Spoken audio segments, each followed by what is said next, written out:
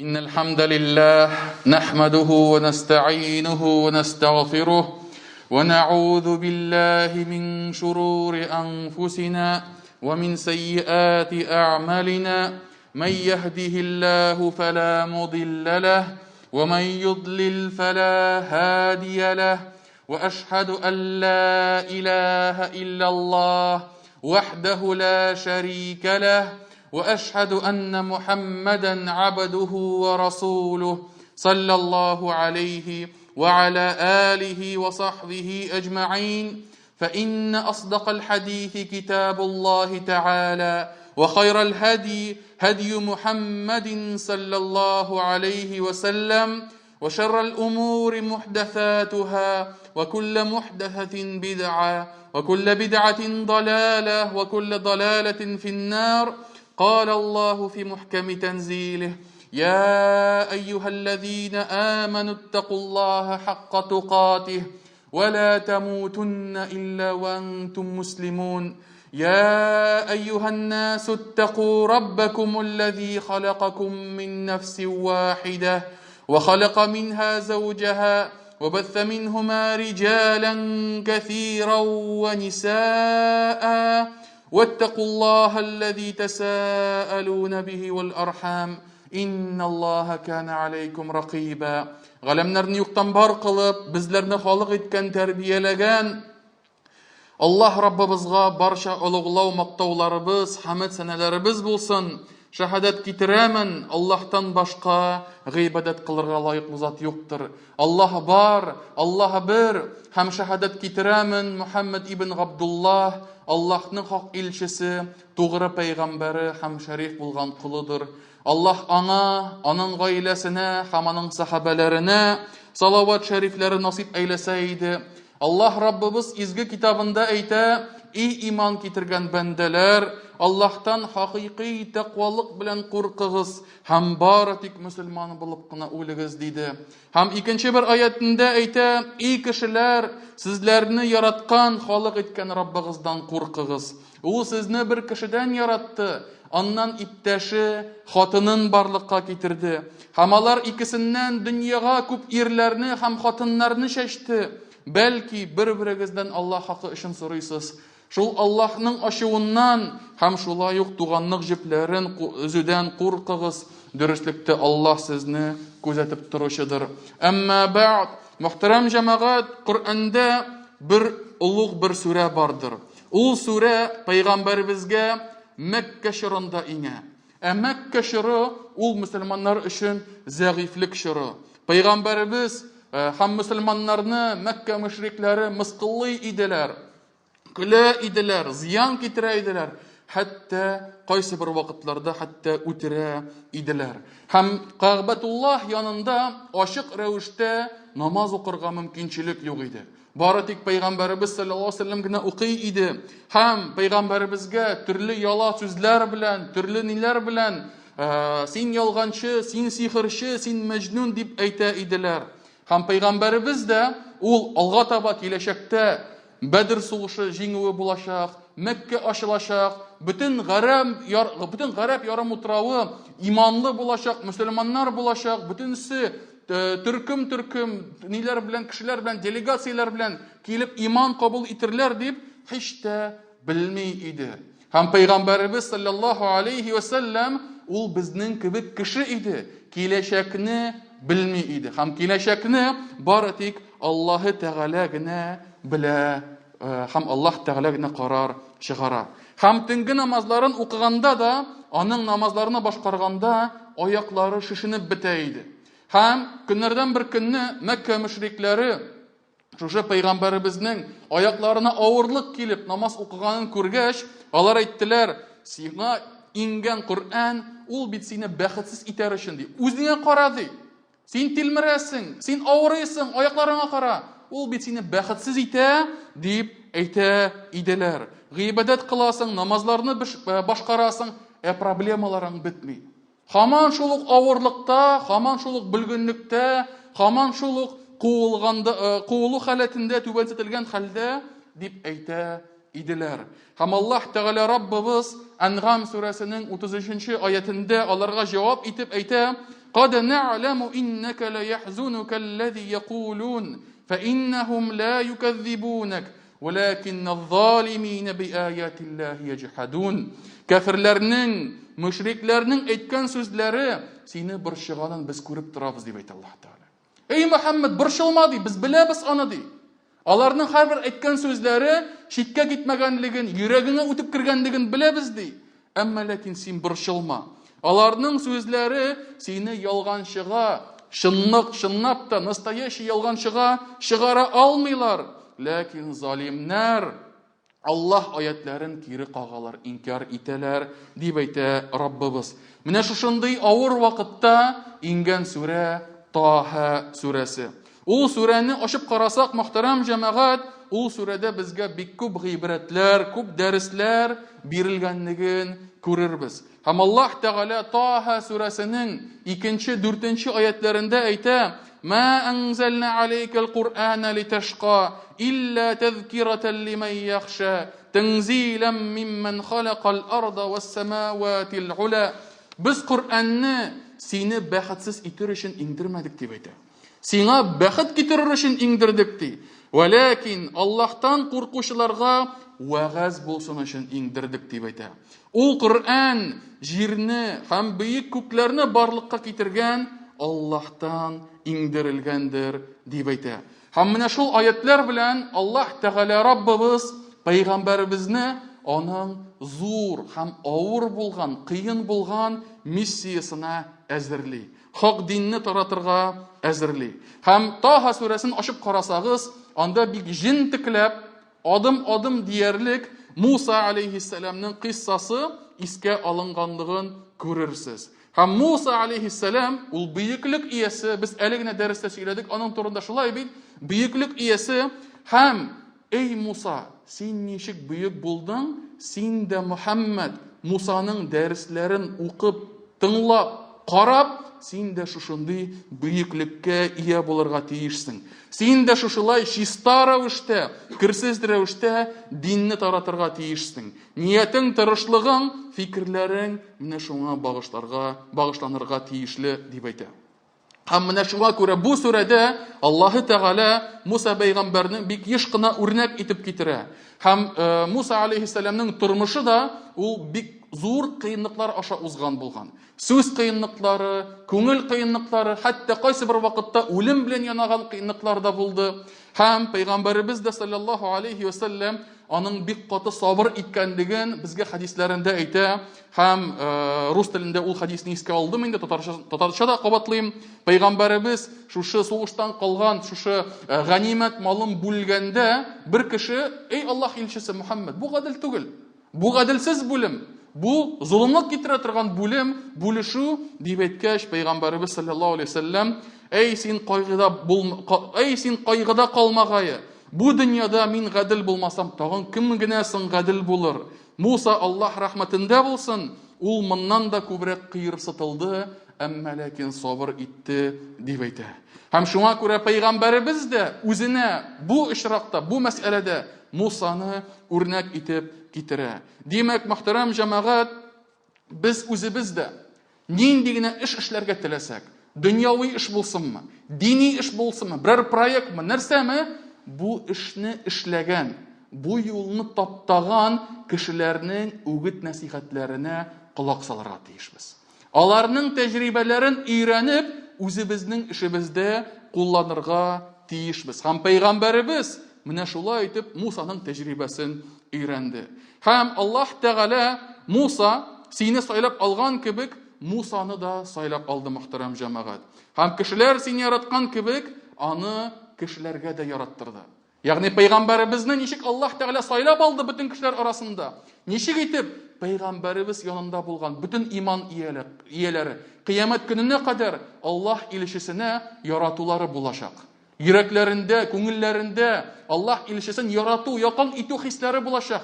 Нәкъ шулай Мусаны да яраттылар дип әйтә. Нәкъ шулай Мусаны да яраттырдык дип әйтә. Һәм Аллаһ Тәгалә Таха сүрәсендә әйтә: "Ва алқайту алейка мәхәббәтән минни ва литасна'a аля айни."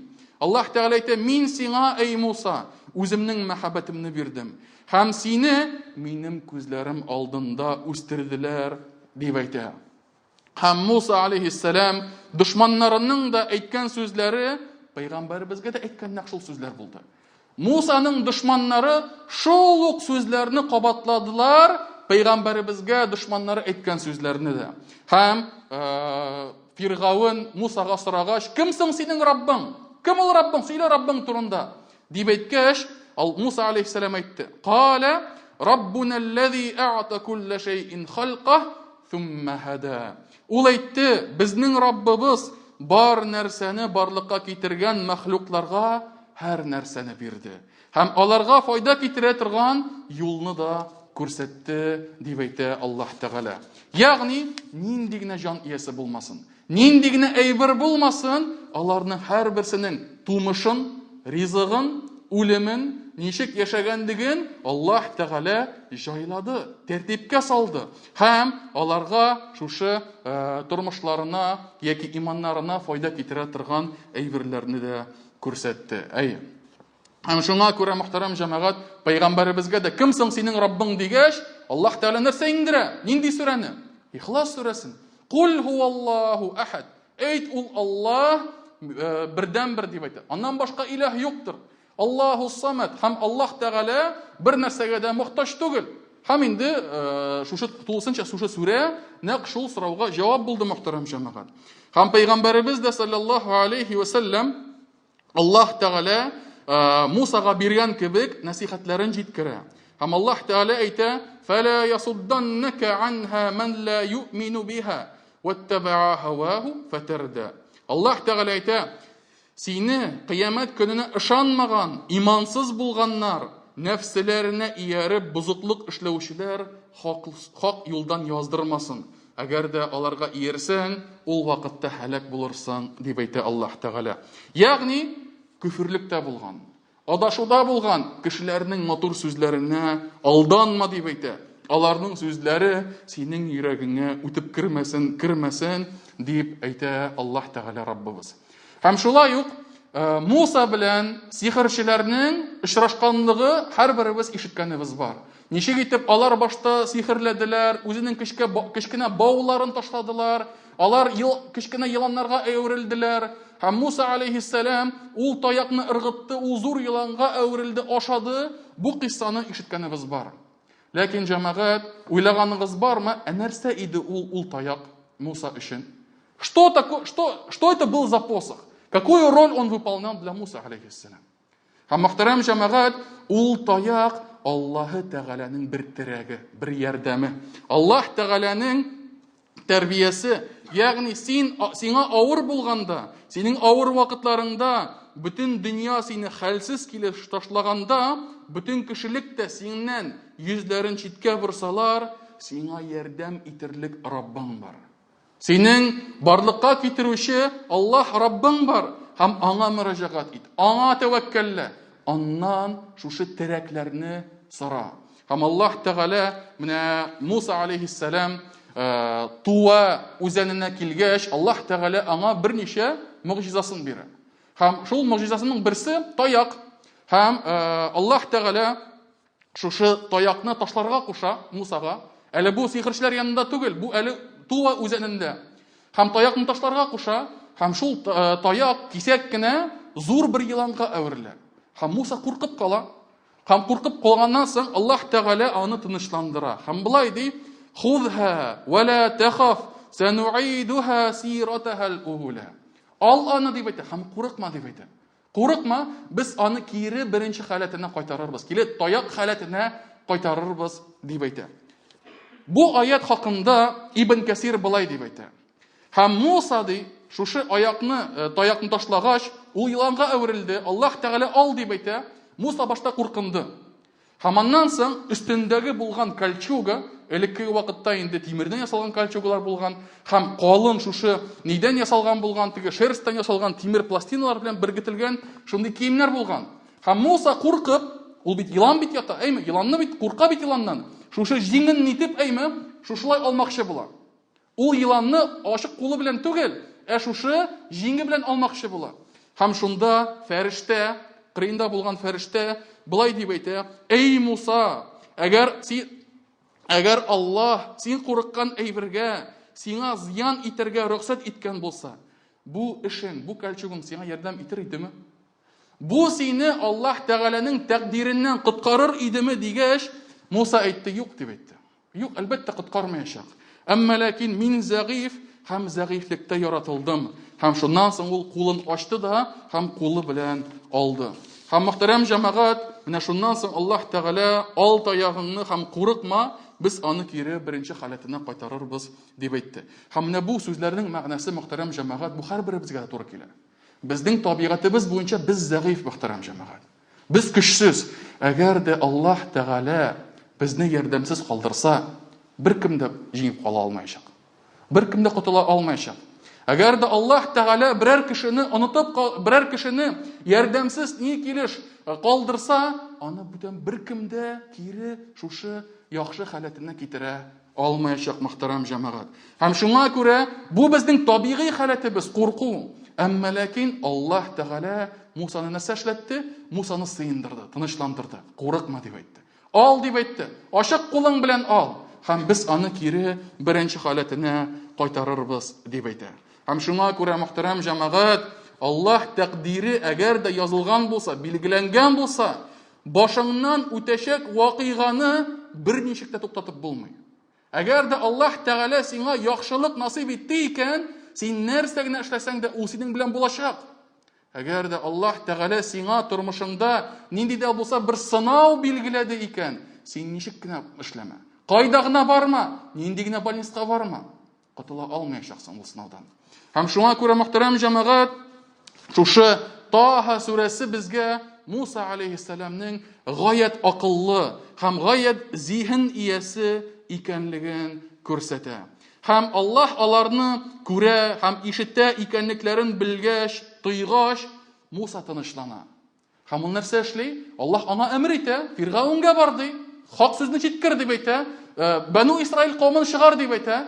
Һәм шунда Муса Аллаһ Тәгаләгә дуа кыла. Һәм Аллаһтан сорый. Һәм моның дугасы килә инде алга ниде Таха сүрәсендә: "Кала рабби шрах ли садри".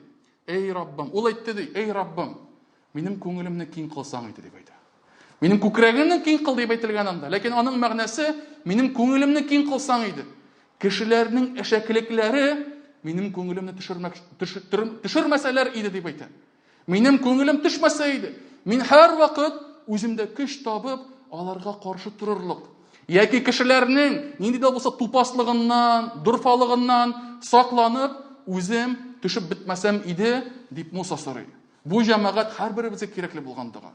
Һәрберебезгә. Чөнки без дөнья эшләре белән шөгыльләнәбез, ахират эшләре белән шөгыльләнәбез. Ягъни тормышыбыз дәвам итә.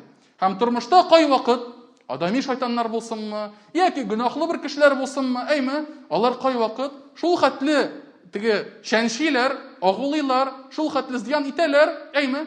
Һәм менә шул вакытта, әгәр дә кешенең киң күңеле булмаса, ул инде бөтенләй ак дөньясы караңгыга әверелер иде. Һәм нәрсә ди? Алга таба: "Ваяссирли әмри". Һәм минем эшемне җиңеләйт дип әйтә. Чөнки пәйгамбәрлек эше ул җиңел түгел. Пәйгамбәрлек эше ул гаять авыр булган һәм бик тә әһәмиятле булган Аллаһ Тәгаләнең вазифасы. Шушы пәйгамбәргә биргән вазифасы. Һәм шуңа күрә Муса сорый җиңеллек. Һәм бездә җәмәгать, безнең эшебез җиңелрәк. Безнең эшебез эшкә бару, казак кагу, балларны карау, пәйгамбәрлек эше белән чагыштырганда җиңелрәк. Әмма ләкин безгә дә Аллаһ Тәгаләдән: "Я Раббым, шушы эшемдә җиңеллек бирсәң иде" дип сорау тиешле. Хабалга таба әйтә: "Вахлул уqdatan min lisani yafqahu qawli". Һәм минем авызымнан тиенемне алсаң иде, һәм кешеләр минем сүзләремне аңласалар иде дип әйтә. Ягъни мин сөйләгәндә, һәм аны тәфсир галимнәре әйтәләр инде, ул Муса алейһиссалам ул тотлыга иде дип әйтә, зыйка алса әзрәк дип әйтәләр. Кайсы берләр әйтәләр, ул ди кайсы бер хәрефләрне әйтә алмый иде, һәм Исраилиятләрдә килә, ул р хәрефен әйтә алмый иде дип әйтә. Һәм шуңа күрә аның өммәтеннән булган Бану Исраил кавмы хәтта бүгенге көнгә кадәр аңа подражать итеп инде р хәрефен әйтмиләр. Дип әйтәләр инде. Һәм шуңа күрә Муса алейһиссаламның шундый бер үзенчәлеге бар иде дип әйтә. Һәм ул нәрсә сорый? Яхшы итеп сөйләүне. Сөйләгәндә кешеләр аңласын икәнлекләрен сорады. وَاجْعَلْ لِي وَزِيرًا مِنْ أَهْلِي. Һәм миңа ди, минем гаиләмнән иптәш, ярдәмче бирсәң иде дип әйтә. Харуна ахи, минем туганым Харунны дип әйтә. Мөхтәрәм җәмәгать, менә монда бик зур хикмәт бар.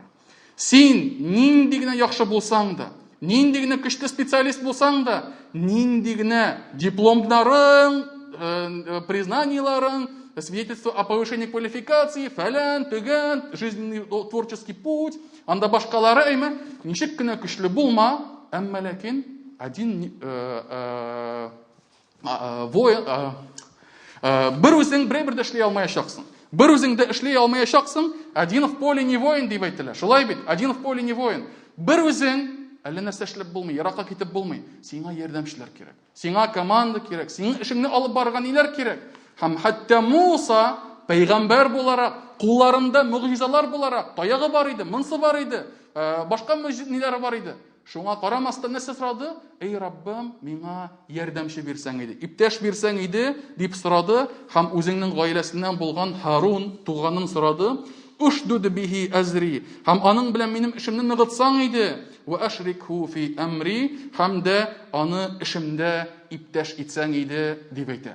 Һәм бу җәмәгать пәйгамбәребез белән дә булды. Пәйгамбәребез Мәккәдә булганда, зәгыйфлек чорында ул дуга кылды. Эй Раббым, шушы динне, исламны 2 гомер белән, яки аларның икесенең берсе белән куәтләсәң иде, ныгытсаң иде дип дуга кылды. Аларның берсе Гамр исемле Абу Джахл иде. Беләбез аны әйме, ислам диненең дошманы һәм ул кафирләрдән булып үлде, мушрик булып үлде. Икенчесе Умар ибн ал-Хаттаб. Умар ибн ал-Хаттаб һәм Аллаһ Тәгалә аның дугасын кабул итте. Һәм Умар ибн ал-Хаттаб иманга килде, мөселман булды.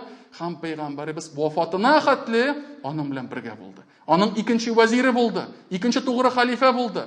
Гомәрнең сүзләре, фатвалары, әйткән ниләре, әмерләре, фикерләре Коръәндә 15 урыннан артык подтверждать ителгән. Коръәндә. Һәм шуңа күрә пәйгамбәребез әйтә иде, әгәр дә ди, миннән соң пәйгамбәр була торган булса, ул булыр иде Гомәр дип әйтә пәйгамбәребез. Һәм шуның белән Гомәр белән ислам дине куәтләнә, ул ачык итеп намаз укый башлый, ул ачык итеп һиҗрәт кыла, әйме, бик тә гаять көчле һәм куәт иясе иде Гомәр. Һәм шуның белән мөхтәрәм җәмәгать, Аллаһ Тәгалә инде һәммәбезгә дә бер насихатын бирә. Һәм тагын бер насихатларның берсе, Аллаһ Тәгалә Мусага провокацияләргә бирешмәскә әмр итә. Мөшрикләр, кафирләр, дошманнар, сиңа каршы сөйләшүчеләр, алар һәр вакыт синнән чыккан хак сүзләрне кабул итү түгел, синең белән бәхәсләшү, синең тавышыңны бетерү, сине авызыңны яптыру өчен тырышалар мөхтәрәм җәмәгать. Һәм Муса алейһиссаламга да алар әйттеләр, Таха сүрәсенең 51-нче аятында, "Кала фама балул курунил ула." Фиргаун әйтте ди, алда яшәгән кешеләр белән нәрсә булачак? Ярар, без не хорошо, без булай, без ширик кылабыз, без нитәбез. Безгә хәтта яшәгән кешеләр нәрсә алар белән булачак? То есть, нәрсә эшләтмәкче була? Кешеләр алдында бабаларның авторитетын Муса авызыннан төшертермәкче була. Провокациясы. Һәм шунда Аллаһ Тәгалә нәрсә дип әйтә? "Кала илмуха инда рабби фи китаб, ла ядиллу рабби ва ла янса." Ул хакта гыйлем Раббымдадыр. Һәм ул Лаухул Махфузда язылмыштыр. Минем Раббым ялгышмас та, онытмас та дип әйтә Муса алейһиссалам. Һәм шуңа шул сүзләрне пәйгамбәребезгә дә бирә иделәр. Пәйгамбәребезгә килеп, нәрсә булсаң адәм белән? Нигә соң аны фәрештәләр талаштылар, ызгыштылар, шушы адәмне барлыкка китергәндә дигәч, Аллаһ Тәгалә Саад сүрәсе 69-нчы аятында әйтә, Мөхәммәд пәйгамбәргә әйтергә куша. "Ма кана лия мин илмин бил малa'il a'la iz яхтасимун, июха иlayya илля аннама ана надhirun мубин." Һәм мөхтәрәм җәмәгать, монда нәрсә дип әйтә? Ул хакта быйык хузурда чыккан бәхәс турында миңа бары тик вахийна килде. Мин белмәдем, мин булмадым анда. Миңа бары тик Аллаһ кына хәбәр итте дип әйтә. Дөреслектә мин бары тик ачык кисәтүче генә дип әйтә. Һәм шуңа күрә мөхтәрәм җәмәгать, Муса да, пәйгамбәрбез Мөхәммәд саллаллаһу алейхи ва саллям, алар шушы каршында булган, шушы аларның көндәшләре, аларга каршы сүз әйтүчеләрнең, аларның провокацияләренә алар бармадылар мөхтәрәм җәмәгать. Һәм үзләренең төп вазифалары үле кешеләрне түгел, тиреләрне хаклыкка чыгару икәнлеген әйттеләр, мөхтәрәм җәмәгать. Без еш кына бутыйбыз, без еш кына тегесе кая киткән микән, бу үлгән кеше кайда микән хәзер, монсы кайда микән, алар кафир булдылармы, алар мөселман булдылармы, алар фәләнме, алар төгәнме? Мөһим түгел. Алар инде кабердә. Син аларны хәзер терелтә алмыйсың. Нәрсә генә булмасын. Шәһадәт әйтте икән, ла илаһа иллаллаһ әйтте икән, ярар, дуга кыл аның өчен. Әйме? Инде күңелендә нәрсә булгандыр, аны Аллаһ Тәгалә үзе хөкем чыгарыр, үзе карар. Әмма ләкин безгә, мөхтәрәм җәмәгать, тере кешеләр белән итәргә кирәк, сөйләшергә кирәк. Үзебез арасындагы тирә-ягыбыздагы туганнарыбыз булсынмы, якыннарыбызмы, тереләр белән эш итеп, аларга хак сүзен җиткерергә тиешле булып торабыз, мөхтәрәм җәмәгать. Һәм шуның белән, мөхтәрәм җәмәгать, инде әйтергә сүзләрем тагын күп, әмма ләкин вакыт кыса. Һәм ахырдагы сүземдә әйтергә кирәк, Таха сүрәсен тулысынча укып чыксагыз, ахырында Аллаһ Тәгалә безгә нәтиҗә күрсәтә. Нәрсә эшләргә кирәк? Һәм Аллаһ Тәгалә Мөхәммәд пәйгамбәргә Адам алейһиссаламның кыйссасын искә төшерә. "Ва лaqad ahidna ila Adama min qabl, fanasiya wa lam najid lahu azma." Без Адамга беренче әмребезне бирдек, ләкин ул онытты. Һәм ул үз эшендә ныклы булмады, дип әйтә Аллаһ Тәгалә. Ягъни без Адам җәннәттә булганда аңа шушы агачтан ашама. Бу агачның җимешләреннән саклан дип әйттек. Әмма ләкин ул онытты бу әмребез хакында. Онытты һәм нәрсә эшләде? Һәм инде шушы нәфсесенә, шушы шубхатларга шайтан иблис килде бит, котыртты бит, әйме, түзә алмады һәм шул эшне башкарды дип әйтә Аллаһ Тәгалә. Бу барысы җәннәттә. Әмма ләкин Адам алейһиссалам җиргә төшерелгәч, анда инде бүтән мондый онытулар булмады, мөхтәрәм җәмәгать. Һәм шуның белән Аллаһ Тәгалә безгә бер гыйбрәт бирә. Адам алейһиссалам һәм аның балалары без, кешелек, без һәммәбез дә, әгәр дә Аллаһ әмерләреннән тайпылсак, тормышыбызның бәрәкәте китә. Тормышыбызның бәрәкәте бетә. Җәннәттә кебек хис иткән булсак, мөхтәрәм җәмәгать, ул юкка чыга. Әгәр дә без Аллаһ әмерләреннән читкә тайпылсак.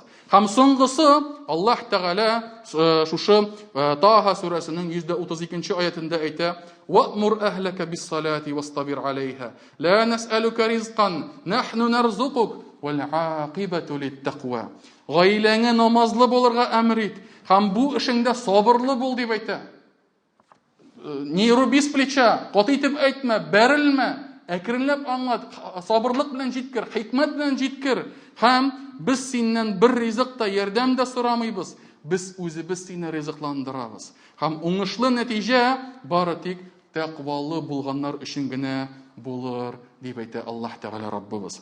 Аллаһ Раббыбыз һәммәбезне дә диндә ныклы кылса иде, һәм эшләребезгә дә күркәм ярдәмчеләр бирсә иде, бузык кешеләрнең шөбһәтләреннән сакласа иде, һәм үзебезне, гаилә әһелләребезне намаз әһелләреннән кылса иде, һәм ахыр чиктә җәннәт әһелләреннән һәммәбезне дә кылса иде. Амин. Aqulu ma tasma'un wa astaghfirullah li wa lakum wa lisa'iril muslimina min kulli dhanb fastaghfiruhu innahu huwal ghafurur rahim.